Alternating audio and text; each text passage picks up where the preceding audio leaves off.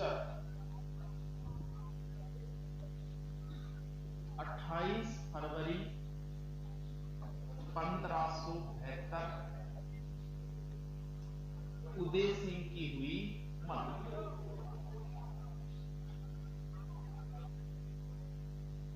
गोगुंदा के अंदर उदय सिंह का दाह संस्कार चल रहा था।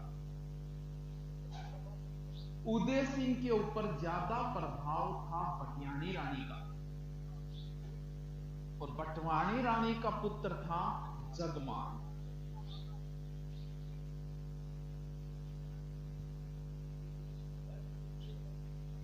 अब मेवाड़ गोगुंदा के अंदर के तरीके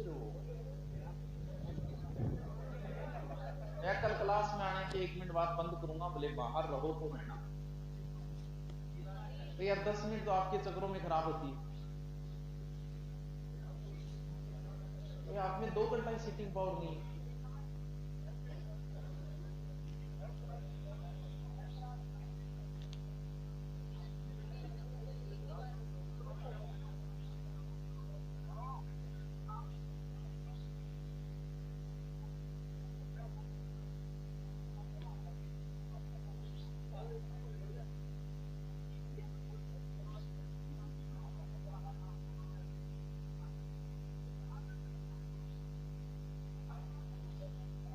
मेवाड़ के अंदर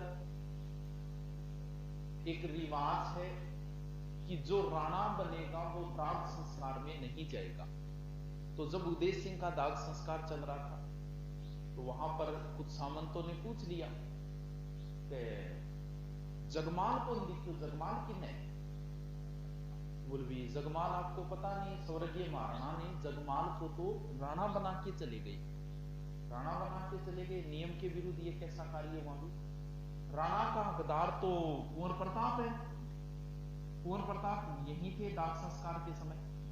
बोल भी राणा का हकदार जगमाल को राणा कैसे बनाया? वो तो छोटा पुत्र है, जबकि राजगद्दी का हकदार कौन होता है? बड़ा पुत्र। अगर कुंवर प्रताप को हम अयोग्य समझे कि राजगद्दी के अयोग्य नहीं है, तो किस कारण से अयोग्य नहीं है ये बताओ। तो कुंवर प्रताप को छोड़ के जगमाल को कैसे बनाया? सारे सरदार इकट्ठा हुए, इकट्ठा होकर करसनदास चूड़ावत के पास गए। यहीं पर ये कौन है? ये है चूड़ा का वंशज, और चूड़ावतों की सहमति से ही मेवाड़ में राणा बन रहा था। तो सभी ने कहा कि देखो चूड़ावत जी, अकबर जी से शक्तिशाली दुश्मन तो सिरगो पर है, अठ घर की राड़ और शुरू कर दी। तो अब तो थारे ही हाथ में, और थे ही निर्णय करो क्या करना। तो करसनदास चूड़ावत ने यही गोगुंदा में तलवार बांध के महाराणा प्रताप का कर दिया राज्याभिषेक।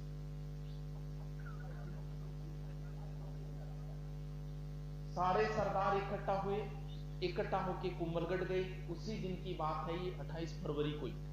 सभी इकट्ठा होके कुंभलगढ़ गए। महाराणा प्रताप बाहर रुक गए, अंदर सरदार गए। जगमाल राजगद्दी पे बैठा था, उसका हाथ पकड़ के उठाया, बोले यहां पर महाराणा बैठेंगे, महाराणा के परिवार वाले सामने बैठेंगे, आप सामने बैठो। जगमाल विरोध कर नहीं सकता था क्योंकि सारे के सारे सामंत कुंवर प्रताप की ओर थे, महाराणा प्रताप की ओर थे। तो जगमाल नाराज होकर चला गया अकबर के पास। अकबर ने इसे जागीर दी थी जहाजपुर की, भीलवाड़ा में पड़ता है, ये प्रश्न पूछा नहीं जा चुका है। और बाद में सिरोही साइड की जागीर दी, वहां पर अपने साड़े से लड़ते हुए 1583 में जगमाल मारा गया। अब दोबारा कुंभलगढ़ दुर्ग में विधिवत तरीके से दोबारा महाराणा प्रताप का राज्याभिषेक हुआ। कहते हैं कि इस राज्याभिषेक के समय मारवाड़ से राव चंद्र सेन, जो कहते हैं महाराणा प्रताप के मामा लगते थे, वो भी इस समय आए हुए थे। तो अब नया महाराणा कौन आ गया? महाराणा प्रताप। एक एक चीज इंपॉर्टेंट है, प्रत्येक चीज पूछी जा चुकी है। इनका शासनकाल आपको रटना पड़ेगा, बाकी का पढ़ो या न पढ़ो, इनका पढ़ना पड़ेगा। यहीं से भी उसने प्रश्न पूछ लिए घुमा फिरा के। एक बार ऐसे पूछा कि महाराणा प्रताप ने कितने वर्षों तक शासन किया? 97 में से घटा दो। जन्म से संबंधित अनेक अलग अलग ग्रंथ इनका जन्म अलग अलग बताते हैं, लेकिन एग्जाम में जो पूछा जा चुका है, जिसका उत्तर माना गया, अपन वही देख लेंगे। इनका जन्म हुआ 9 मई 1540। ये ना याद रखो तो ये तो याद रखना ही रखना, ज्येष्ठ शुक्ल तृतीया वार रविवार। और कहां पर? कुंभलगढ़ दुर्ग के बादल में। हाँ जुना कचहरी, कोई बात नहीं। अब इसको देखो कैसे घुमा के पूछा उसने। महाराणा प्रताप का जब राज्याभिषेक हुआ उस समय उनकी उम्र क्या थी? यानी ऑप्शन से भी काम नहीं चलेगा। एकमात्र शासक है जिनके सारे प्रश्न पूछ लिए घुमा फिरा के। तो 72 और 40 यानी लगभग उनकी उम्र क्या थी? 32 वर्ष। माता का नाम जयवंताबाई। ननिहाल कहां है महाराणा प्रताप का? पाली। पाली वाले कहते हैं कि नहीं जी, महाराणा प्रताप का जन्म हमारे यहां हुआ था, क्योंकि ज्येष्ठ पुत्र है और अपने रूल होता है कि ज्येष्ठ पुत्र हमेशा कहां है? ननिहाल में होता है। तो वो कहते हैं कि पाली। लेकिन आपको ये याद रखना है, पिता कौन हो गए? उदय सिंह। पत्नी, राजाओं की कई पत्नियां होती थी, लेकिन मैन वही याद रखनी है जो विकट परिस्थिति में महाराणा के साथ रही थी। क्या नाम है? अजबदे पंवार। ये बिजोलिया के रामरख की पुत्री है अजबदे पंवार।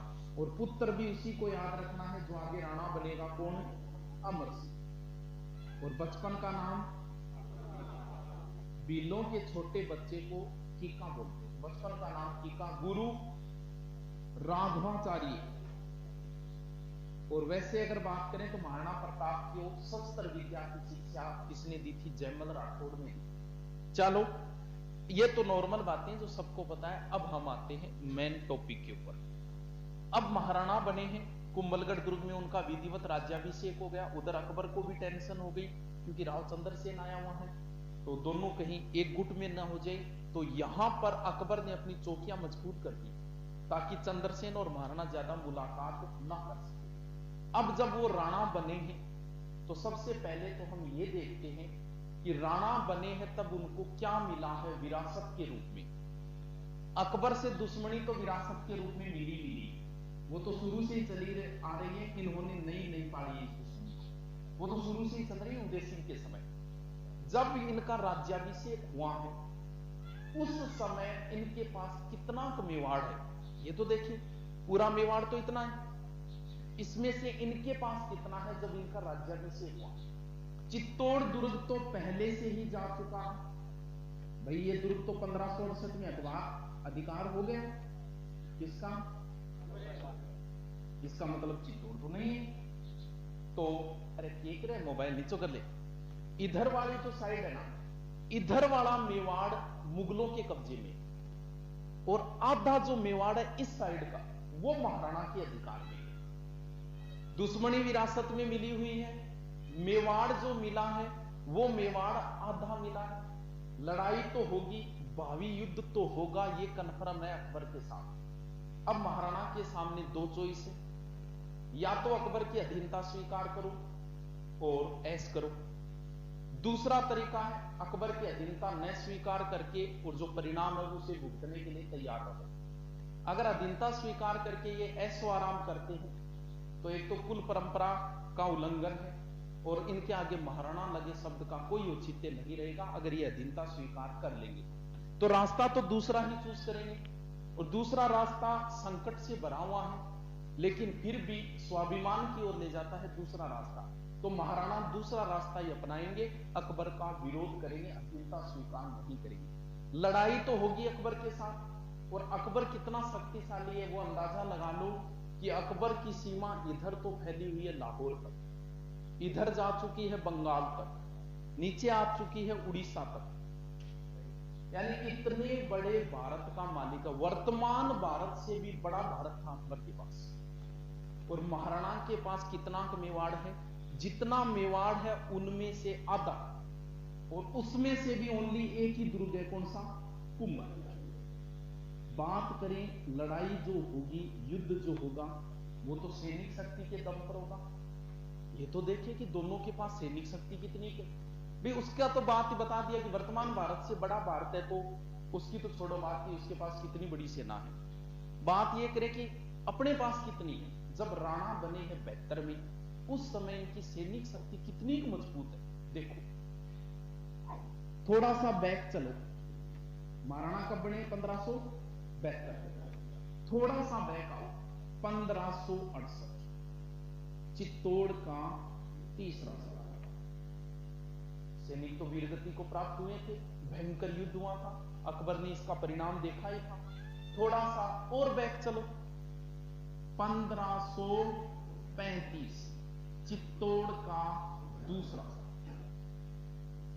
थोड़ा सा और बैक चलो, 1527 खानवा युद्ध।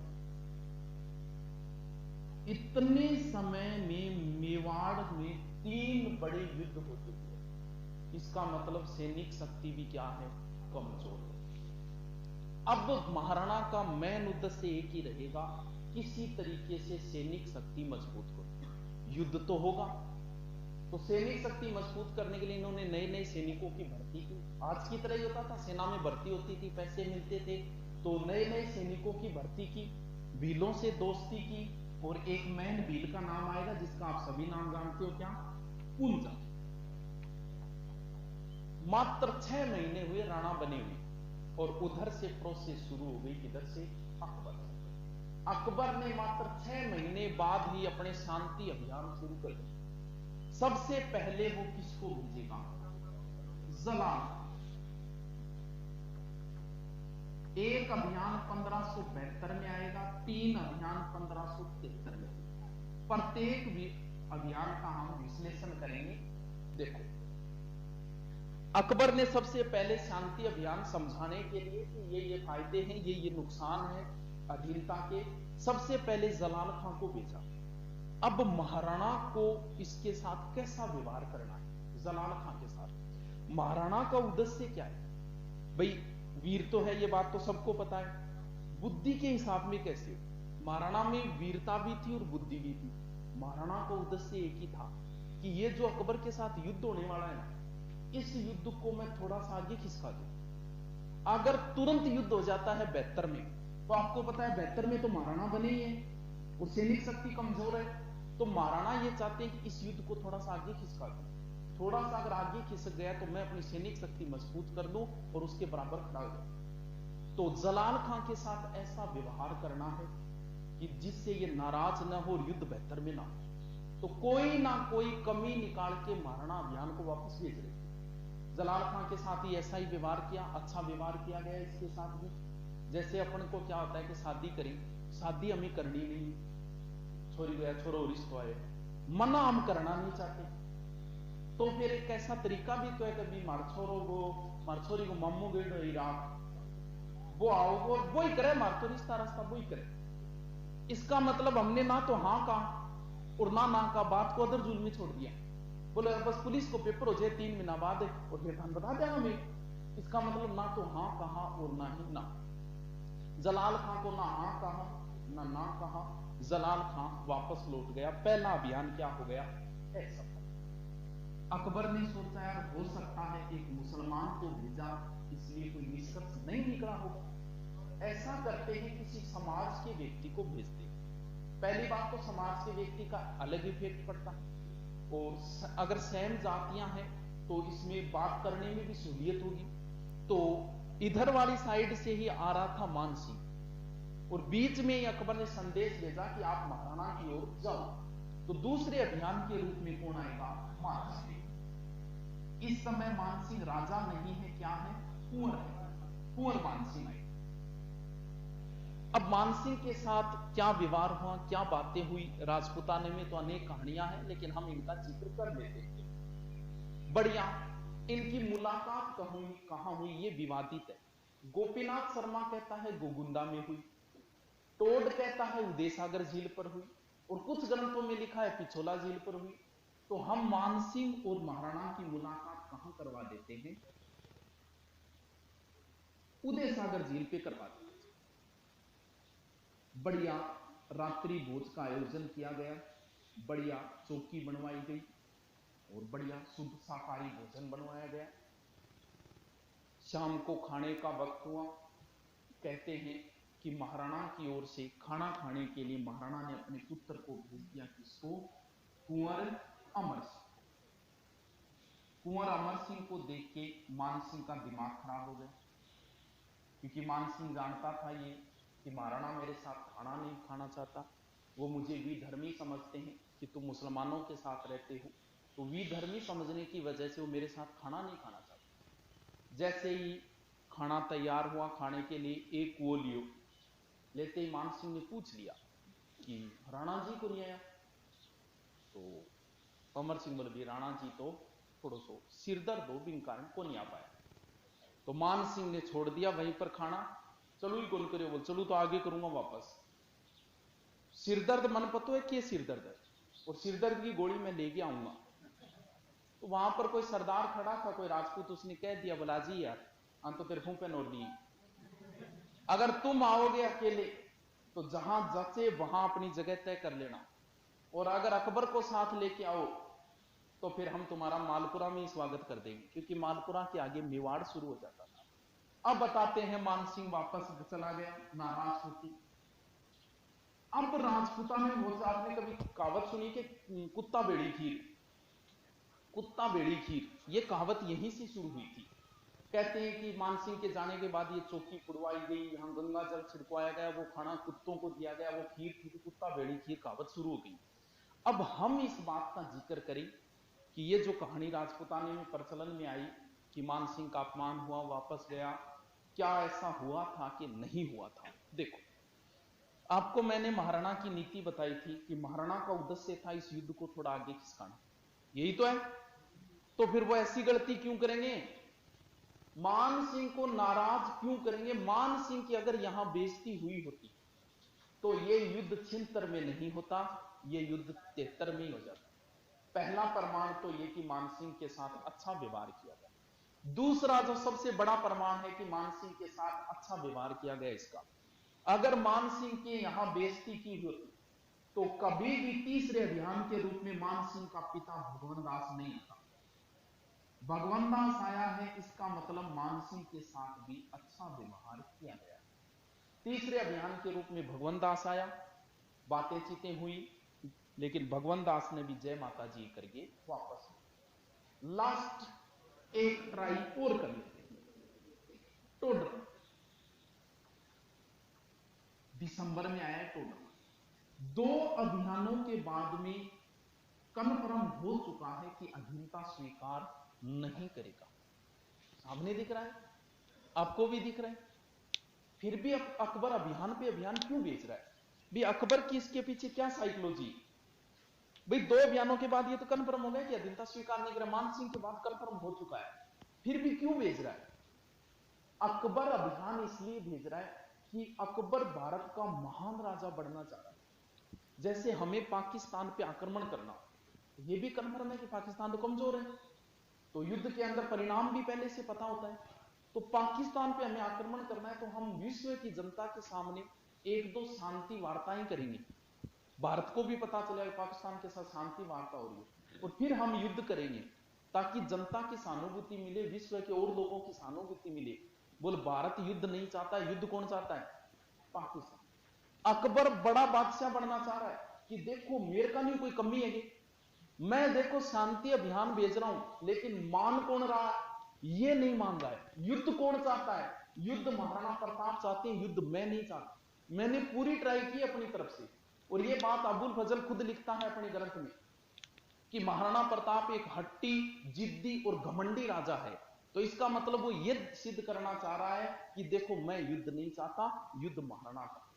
चारों अभियान हो गए असफल। इन अभियानों का एग्जाम में सबसे ज्यादा प्रश्न आता है। या तो अभियान, कोई सूत्र की भी कहां जरूरत है इसमें। सबसे पहले एक मुसलमान को, फिर बेटो कोई काम बिगाड़ दे, बाप जा लास्ट ऑर्डर में, तो एकदम कोई सूत्र की भी इसमें कहीं जरूरत नहीं है। एक अभियान 72 में, 3 73 में। 73 के बाद क्या आ गया? 74। 74 में कोई प्रोसेस नहीं हुई। 74 के बाद क्या आ गया? 75। 75 में भी दोनों तरफ से कोई प्रोसेस नहीं। अब इतिहासकार तो ये कहते हैं कि अकबर ने 2 साल का टाइम और दिया महाराणा को सोच विचार करने का, लेकिन ऐसा नहीं है। अकबर की मजबूरी थी 2 साल और देना। क्यों? क्योंकि 1574 में अकबर बंगाल बिहार अभियानों में उलझा हुआ था और 1575 में अकबर चंद्रसेन के विरुद्ध उलझा हुआ था। 1576 में अकबर फ्री हुआ है और फ्री होकर अब ध्यान दिया है उसने किसकी तरफ? मेवाड़ की ओर। ठीक है। उस समय अकबर की राजधानी थी फतेहपुर सीकरी। अकबर ने फतेहपुर सीकरी को राजधानी बनाई थी कब? 1581। और 1585 में अकबर ने राजधानी बना ली थी किसको? लाहौर। 1585।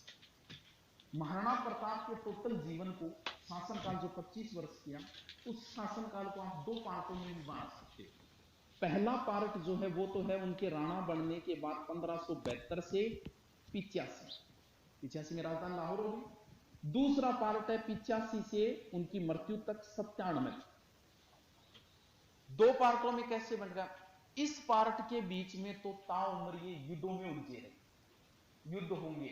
85 के बाद इनका स्वर्ण काल माना जाता है। 85 के बाद महाराणा के जीवन में ना तो अकबर की तरफ से कोई अभियान आया और ना ही कोई युद्ध हुआ। क्यों? क्योंकि अकबर ने इधर ध्यान देना बंद कर दिया था। अकबर ने राजधानी 85 में लाहौर बना दी। तो जितना भी कार्य होगा वो 72 से 85 के बीच होगा। फतेहपुर सीकरी से अकबर बड़े दल बल के साथ रवाना हुआ और सीधा पहुंच गया कहां? अजमेर। अजमेर में एक दुर्ग है मेघजी। 15-20 दिन तक यही वार्ताएं चलती रही, कोई निर्णय नहीं हुआ है। तैयारियां हो रही है कि आगे जो होगा भावी युद्ध होगा, उस युद्ध में किसको राणा बनाए, किसको सेनापति बनाए। लंबी वार्ताएं चली और लास्ट में अकबर ने अपना निर्णय सुना दिया कि महाराणा के विरुद्ध जो सेना जा रही है उस सेना का मुख्य सेनापति बनेगा मानसिंह और दूसरा मुख्य सेनापति बनेगा आसफ खान। जैसे ही मान सिंह के सेनापति बनने की घोषणा हुई, घोषणा होते ही अकबर का इसका बहुत विरोध हुआ। मुख्य सेनापतियों ने विरोध किया, बोले एक राजपूत के खिलाफ एक राजपूत को सेनापति मत बना, कहीं पक्षपात हो सकता है। नब्बी खां था वो तो आया ही नहीं था, बोले इस मुस्लिम सेना का अगर एक सेनापति हिंदू बनेगा तो मैं नहीं जाऊंगा। अब हम देखते हैं कि इतना विरोध होने के बाद भी अकबर ने सेनापति नहीं बदला और इसके दिमाग में पहले से ही चल रहा था कि सेनापति मानसिंह को बनाऊंगा, तभी तो उसने फतेहपुर सीकरी में घोषणा नहीं की, अजमेर में आके घोषणा की है कि सेना का मुख्य सेनापति मानसिंह बनेगा। तो मानसिंह में ऐसा क्या देखा अकबर ने कि इसको सेनापति बनाया? उम्र देखें तो मानसिंह का जन्म है 1550 में और महाराणा प्रताप का 1542, तो ज्यादा डिफरेंस तो नहीं है। हाँ 1540, तो 10 एक साल का डिफरेंस है। तो फिर ऐसा क्या देखा मानसिंह में कि इसको सेनापति बनाया? देखो, इसके पीछे सेनापति बनाने के पीछे कई रीजन है। अकबर एक तीर से कई शिकार कर रहा है यहां अकबर। पहला उद्देश्य तो यह है, अकबर की सेना में भी तो राजपूत थे, सैनिक है वो तो कहीं भर्ती होंगे। अकबर की सेना में भी बहुत सारे राजपूत थे और मेवाड़ के अधीन, राजस्थान की ऐसी कोई रियासत ही नहीं रही है जो कभी मेवाड़ के अधीन ना होगी। महाराणा कुंभा ने मंडोर पर अधिकार किया था। खानवा युद्ध में कौन गया था? आमेर से पृथ्वीराज कच्छा, वो एक सामंत की हैसियत से गया था, ना कि स्वतंत्र राजा के रूप में। तो आमेर भी रह चुकी है कभी मेवाड़ के अधीन। तो प्रत्येक राजपूत का एक आदर का भाव है मेवाड़ रियासत के प्रति। महाराणा के खिलाफ लड़ते हुए उन्हें शंका हो रही है, इस शंका को दूर करने के लिए उसने मुख्य सेनापति किसको बना दिया? मानसिंह। एक कारण तो ये सेनापति बनाने के पीछे कहीं ना कहीं मानसिंह के मन में वो टीस तो है, कौन सी?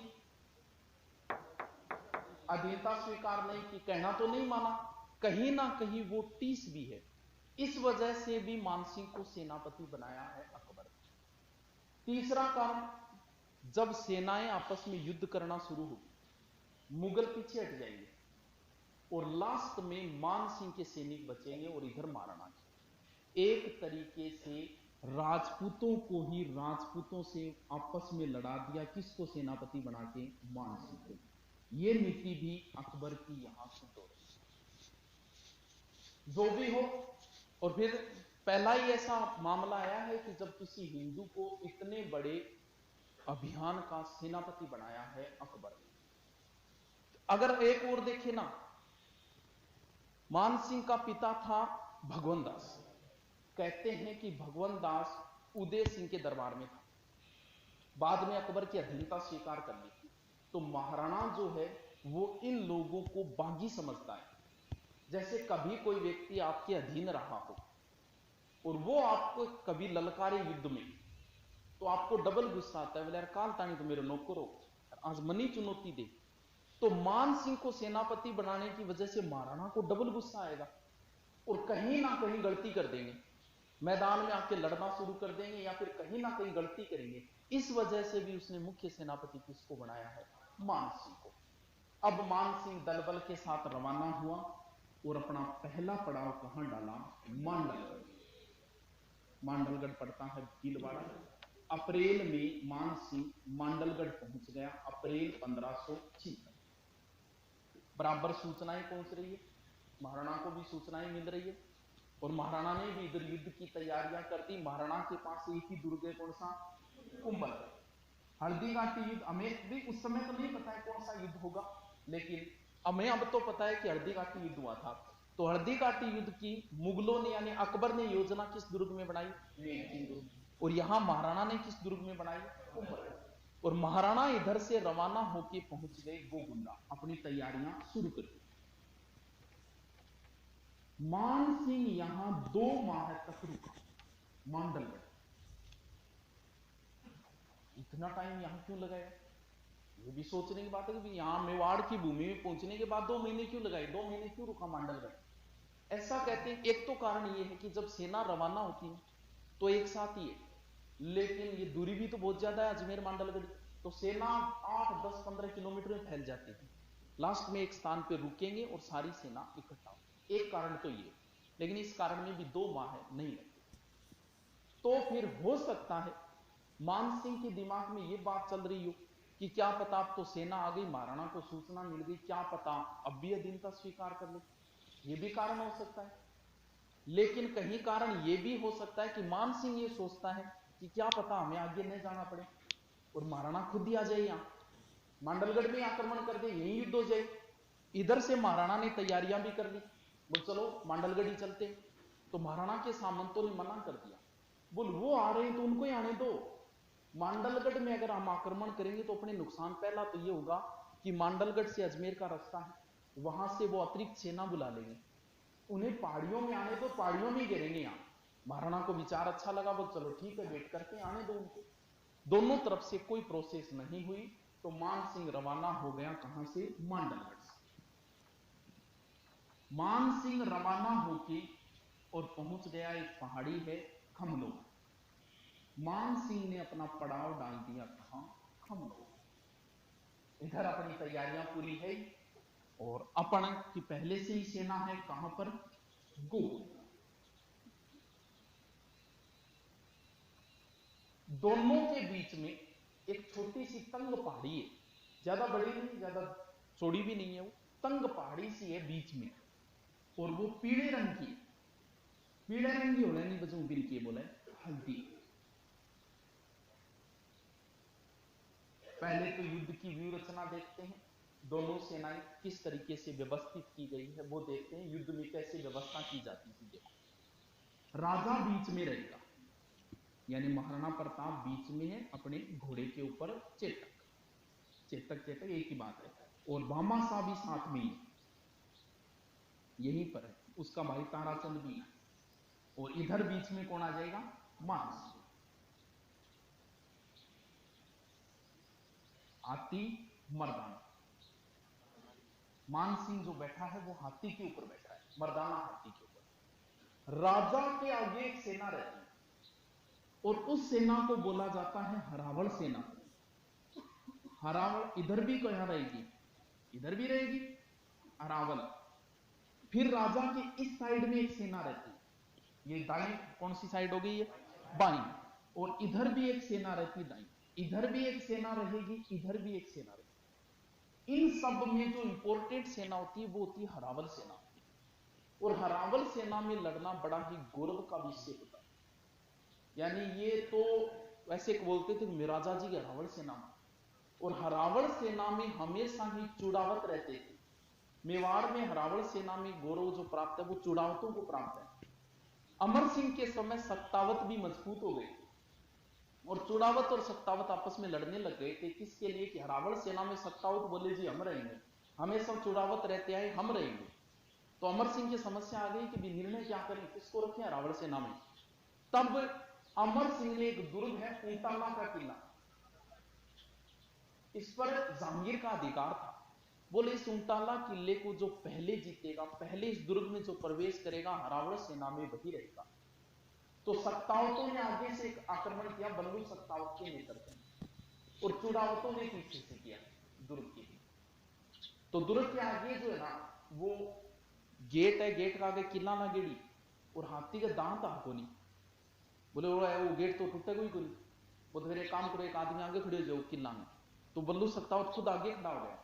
अब इधर से दरवाजा टूटने लगा, चुड़ावतों को लगा कि वो पहले प्रवेश करेंगे। कहते हैं कि एक चुड़ावत ने अपनी गर्दन काट के अंदर नहीं, बोल पहले हमने प्रवेश किया है। और बाद में हरावल सेना में रहने का गौरव किनको मिला? चुड़ावतों को। अमर सिंह ने दोनों को अच्छा इनाम दिया, लेकिन हरावल सेना में कौन रहे? चुड़ावत। तो हरावल सेना में रहना एक गौरव का विषय था। महाराणा की हरावल सेना का नेतृत्व हाकिम खां सूर ने किया, और करसनदास चुड़ावत तो रहेंगे हरावल सेना में, और करसनदास चुड़ावत भी किसमें है? हरावल सेना में।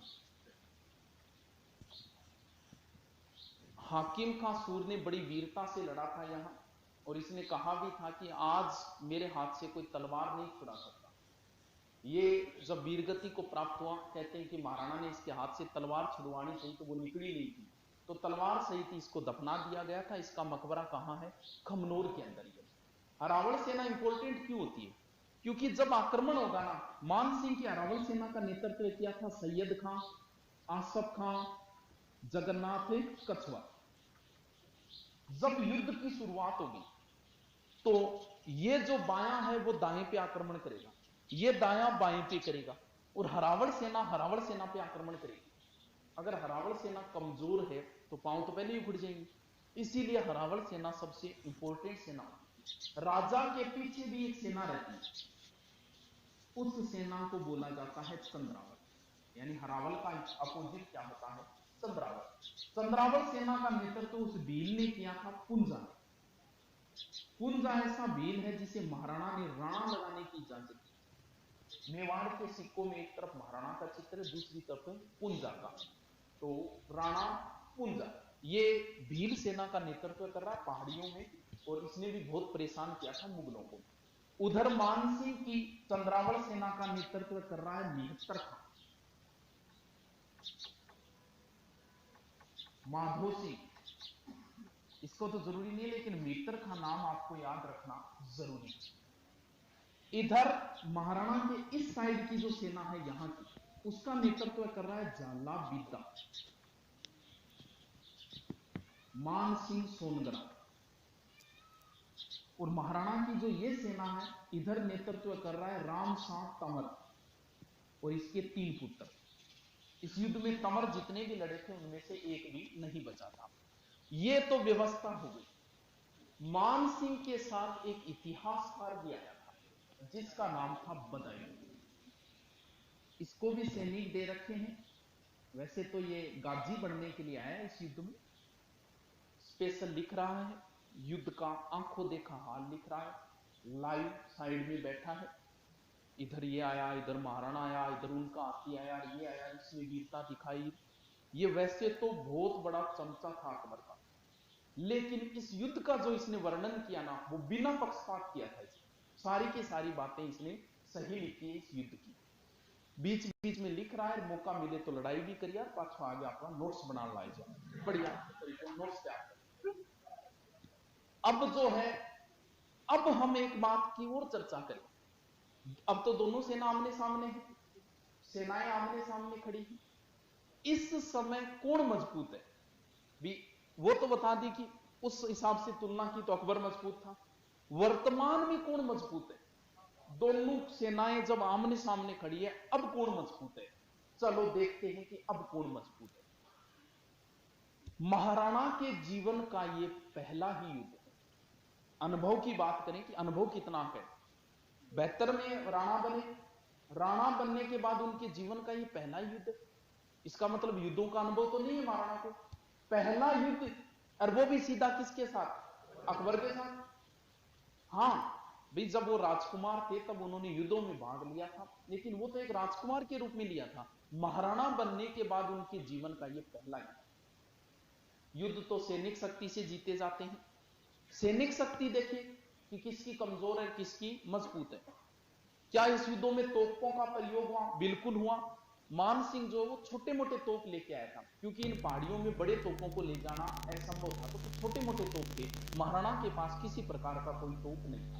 सैनिक शक्ति की बात करें तो मेवाड़ की ख्यातों में तो यह लिखा हुआ है कि मान सिंह के पास 80,000 सेना थी, महाराणा के पास 20,000 सेना थी, जो कि अतिशयोक्तिपूर्ण है। लेकिन एग्जाम में पूछ लिया कि मेवाड़ की ख्यातों के अनुसार महाराणा के पास कितनी सेना थी? 20,000, यानी ये तो 1:4 है। नैन्सी ये कहता है कि मानसिंह के पास 40,000 सेना थी और महाराणा के पास 9 से 10,000 सेना थी। ये भी अतिशयोक्तिपूर्ण है। तो फिर हम किसकी सही मानेंगे? हम तो उसकी सही मानेंगे जो लाइव देख रहा है। बदायूनी कहता है कि मानसिंह के पास 5,000 सैनिक थे और महाराणा के पास 3,000 सैनिक। तो भी सेना का अनुपात भी क्या हो गया? 2:1। अनुभव की बात करें तो महाराणा के जीवन का पहला युद्ध है। सैनिक शक्ति की बात करें तो भी मानसिंह के मुकाबले में सेना क्या है? कम है। अब मैदान में खड़े हैं, तारीख 2 तारीख आती है, दोनों ही सही है, आपको दोनों ही याद करनी चाहिए। 18 या 21 जून 1596। युद्ध सुबह 8 बजे शुरू होगा और 5 से 6 घंटे युद्ध चलेगा, यानी लगभग 6 घंटे युद्ध चलेगा। अब हम बदायूनी के अनुसार ही आगे का वर्णन करेंगे। बदायूनी के अनुसार युद्ध की शुरुआत जो हुई है वो किन की ओर से हुई है? महाराणा की ओर से। महाराणा की ओर से एक हाथी बाहर निकल के आया, और जैसे ही हाथी बाहर निकल के आया तो सबसे पहले युद्धों में जो वाद्य यंत्र होते हैं ना, भेरी वगैरह, और वो वाद्य यंत्र बजने शुरू होते हैं, और फिर वीर रस की कविता सुनाने वाले कवि शुरू हो जाते हैं, और दोनों ओर से युद्ध शुरू हो जाता है। युद्ध शुरू हुआ।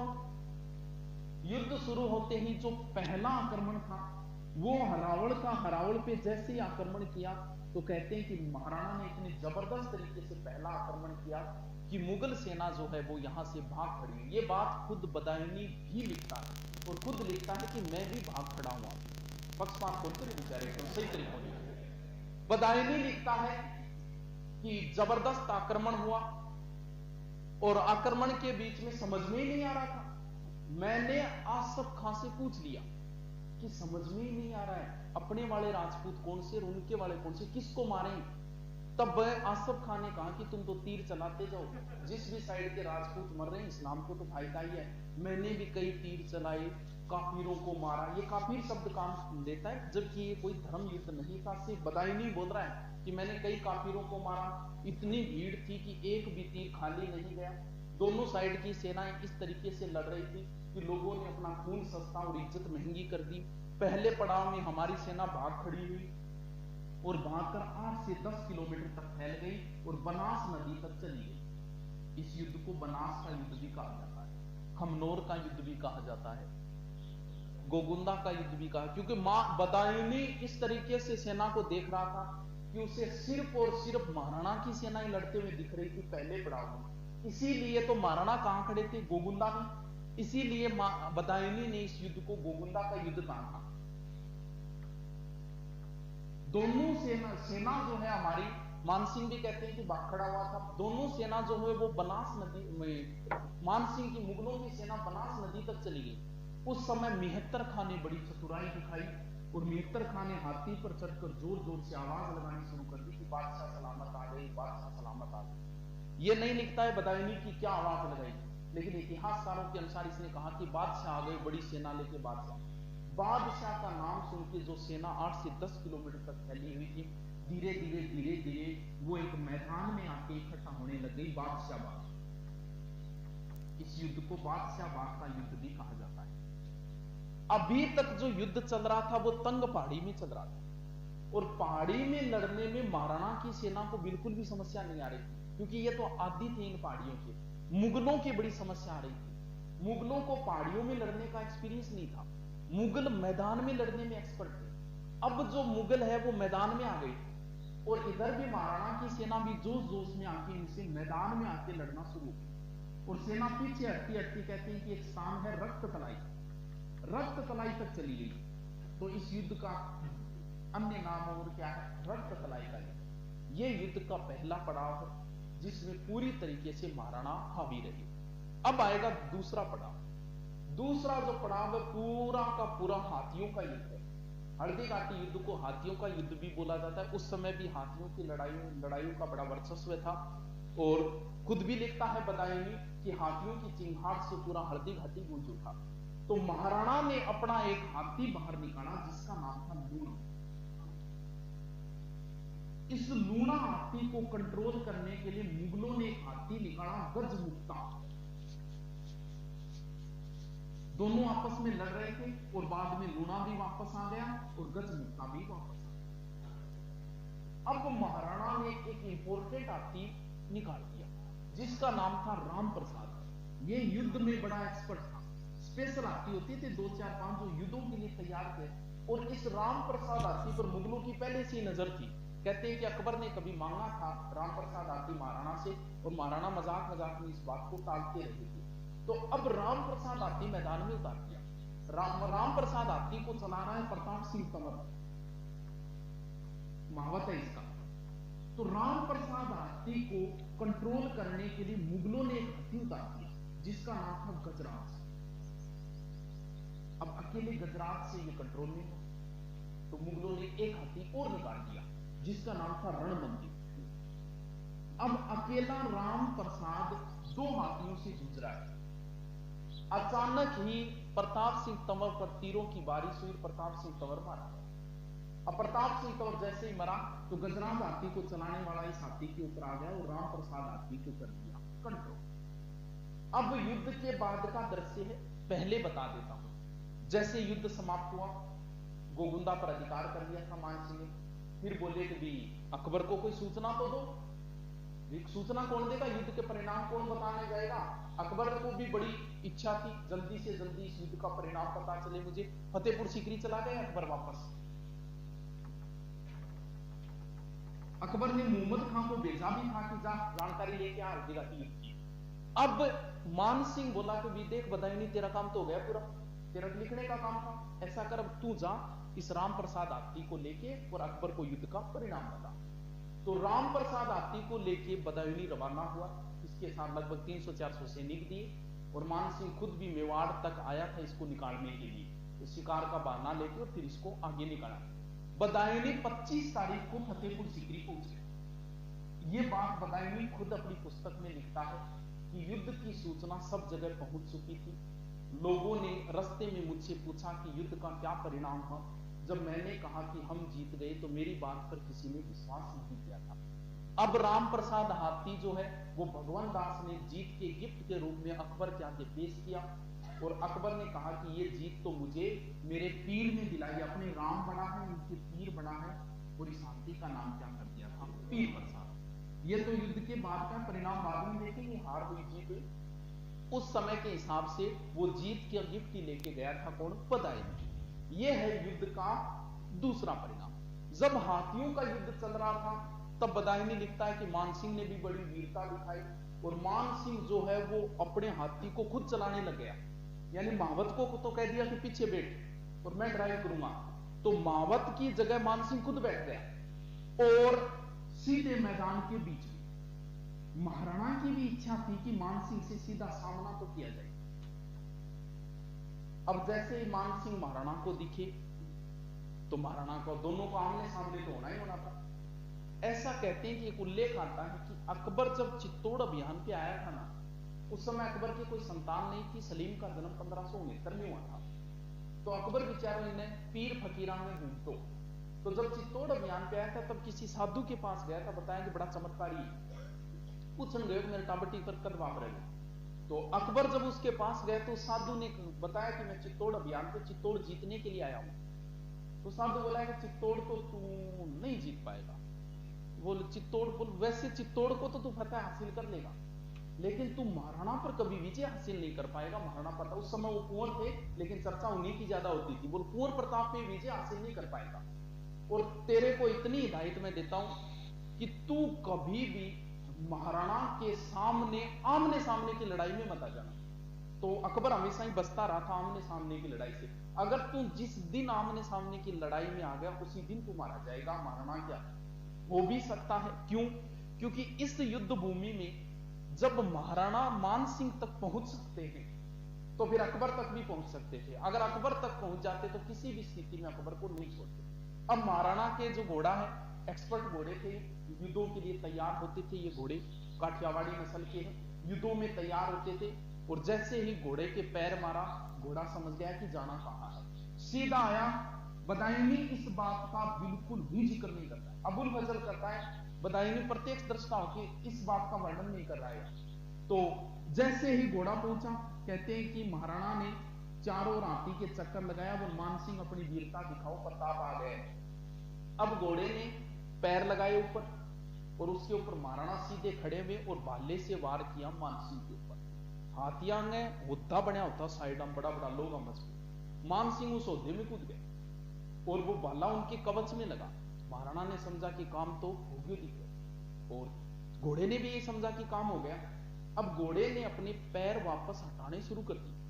हाथिया में सुंडा लगा, बड़ा बड़ा खंजर बंदेड़ा होता, तो इन्हें बिन्ने वन सूंद घुमाए। घुमाते ही चेतक की पिछली टांग तक। चेतक घायल तो हो चुका है, लेकिन अब भी वो मैदान में खड़ा है और मालिक को भी एहसास नहीं होने दिया। ये सीन दूर खड़ा देख रहा था जलाबीता। ये बीच में आया और जबरदस्ती महाराणा का मुकुट ले लिया और जिद की कि आप यहां से निकलो, आप चारों ओर से गिर चुके हो, और अगर आप बचोगे तो मेवाड़ बचेगा।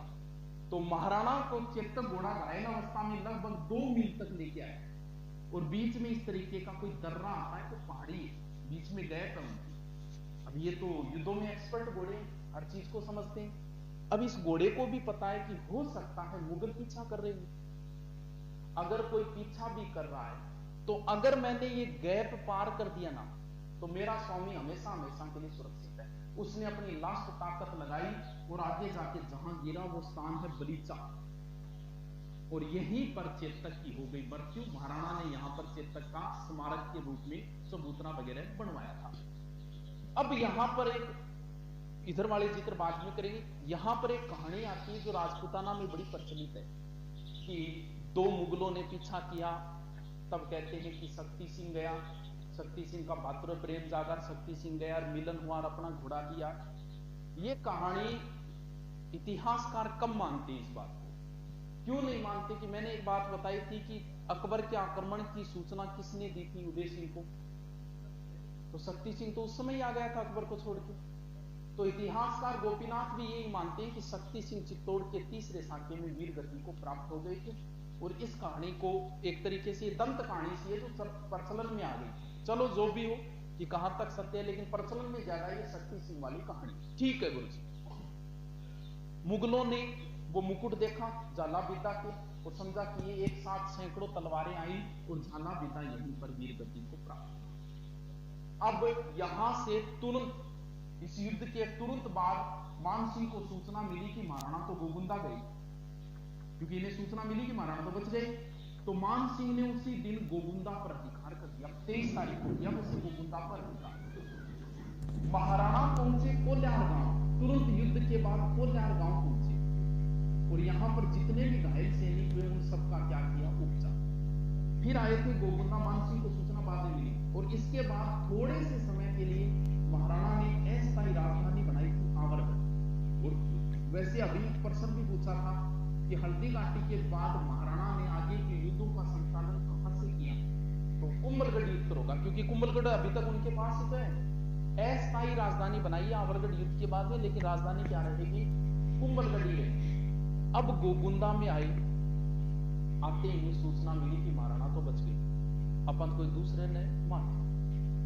तो मुगलों में एक भय व्याप्त हो गया, क्योंकि पहाड़ियां ही पहाड़ियां हैं, दूसरे का देश है। वो महाराणा छुपे हुए और इन पहाड़ियों में से रात को आक्रमण करेंगे। तो मान सिंह ने कहते हैं कि बड़ी बड़ी चारों दीवारें बनवाई, परकोटा टाइप बनवाया, बाढ़ लगवाई, खाइयां खुदवाई, इतनी चौड़ी खाइयां खुदवाई कि जिसको घोड़ा रात को भी जंप मार के पार न कर सके। मुगल एक तरीके से यहां गोगुंदा में इस तरीके से हो गए जैसे कैदी होते हैं ना, वैसे चारों ओर से महाराणा ने सहायता बंद कर दी। और इस युद्ध से पहले महाराणा ने घोषणा कर दी थी कि कोई भी फसल वगैरह नहीं उगाएगा, सारी की सारी फसलें पहले उजाड़ दी थी ताकि मुगलों को खाने पीने को कुछ ना मिले। और जहां से सहायता मिल रही थी वो दर्रे सारे बंद कर दिए। मुगलों की यहां इतनी हालत खराब हुई कि आम खा के टाइम पास करना पड़ा, या फिर अपने साथ जो भी घोड़े गधे पशु थे उन पशुओं को मार के मांस खाना पड़ा। तो आम खाने से यहां मुगल बीमार भी हो गए थे गोगुंदा के। अब हम बात करते हैं युद्ध के परिणाम का। आगे का संचालन बाद में करेंगे, पहले थोड़ा सा परिणाम लिखें। दोनों साइड के लोग अपनी जीत मानते हैं। अकबर तो अपनी जीत मान के खुशी मनाता है और महाराणा अपनी जीत मान के खुशी, दोनों ही अपनी अपनी जीत मानते हैं इस युद्ध के अंदर। इतिहासकार, क्योंकि हार तो हम कह नहीं सकते, राजा की हार कब मानी जाती है?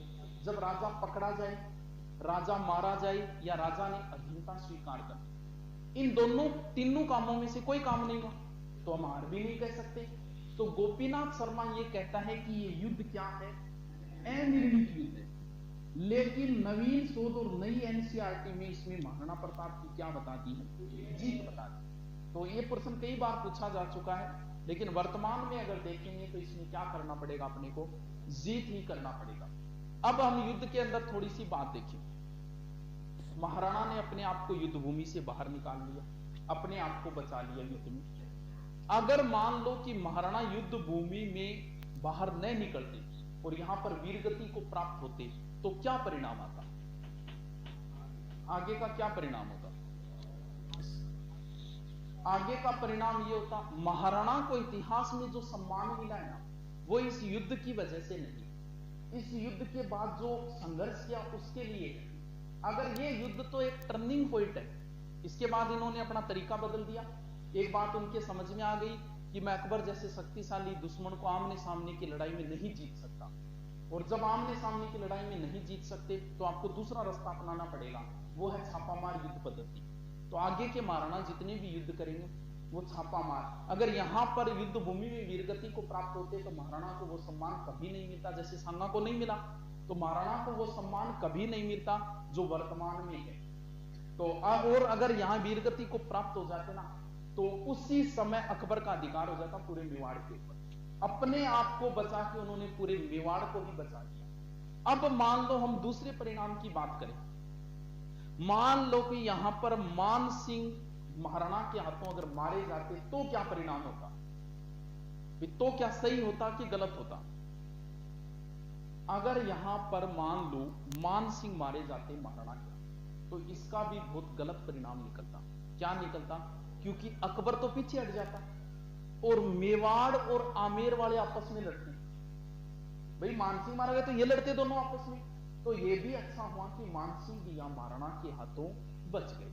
मानसिंह जैसे ही पहुंचा तो अकबर नाराज हो गया और कई दिनों तक तो दरबार के प्रवेश पर ही प्रतिबंध लगा दिया। अब नाराज क्यों हुआ? अब कहते हैं क्योंकि वह जगह लोग मानसिंह ने सेनापति बनाने के पक्ष में को नहीं आई, वह पंप मार दिया। बोल मान सिंह ने पक्षपात करके मैं थान पहले गए ना भेजा। क्या युद्ध में कहीं मान सिंह ने पक्षपात किया है क्या? भाई हम बात करें कि किया है कि नहीं किया है, किया है। कुछ परिणाम देखिए तो हो सकता है किया। देखो कहां का, वो शक्ति सिंह वाली कहानी में भी ऐसा उल्लेख आता है कि जब दो मुगल सैनिक महाराणा के पीछे गए तब मान सिंह ने शक्ति सिंह को भेजा था। लेकिन वो बात तो मैंने बता दी कि शक्ति सिंह वाली बात तो हो सकती है कि सही हो और नहीं भी। लेकिन ये बताओ कि भी मुगलों ने महाराणा का पीछा क्यों नहीं किया? भाई दो सैनिक का पीछा तो नहीं किया बाकी किसी ने। तो हो सकता है कहीं ना कहीं मान सिंह का पक्षपात है, क्योंकि मान सिंह इस बात को जानता था कि अगर महाराणा पकड़े गए ना तो अकबर मारेगा। तो हो सकता है पक्षपात किया। चलो इस बात को भी हम मान लेते हैं, इतिहासकार कह देते हैं कि हल्दी घाटी युद्ध में मुगलों की हालत इतनी खराब हो गई कि उनकी हिम्मत ही नहीं रही कि वो पीछा करे। चलो ये भी मान लेते। एक तरीके से राजनीतिक रूप से देखें तो यहां पर मुगल हावी थे, और मुगलों की आदत थी कि मुगल जिस क्षेत्र को जीत लेते थे ना, उस क्षेत्र में फिर बुरी तरीके से लूटपाट करते। यहां पर भी आसफ खान ने कहा कि चलो अब लूटेंगे, तब मानसिंह ने कहा कि जब तक मैं सेनापति हूं ना, तब तक कोई लूटपाट नहीं करने दूंगा। मैं जो युद्ध कर रहा हूं वो पूर्णतः क्षत्रिय नियमों के तहत ही कर रहा हूं। तो यहां पर किसी प्रकार की लूटपाट नहीं हुई। इसका मतलब कहीं ना कहीं तो मानसिंह का पक्षपात था। अब हम आगे के युद्धों का संचालन जो करेंगे वो करेंगे कल। चलो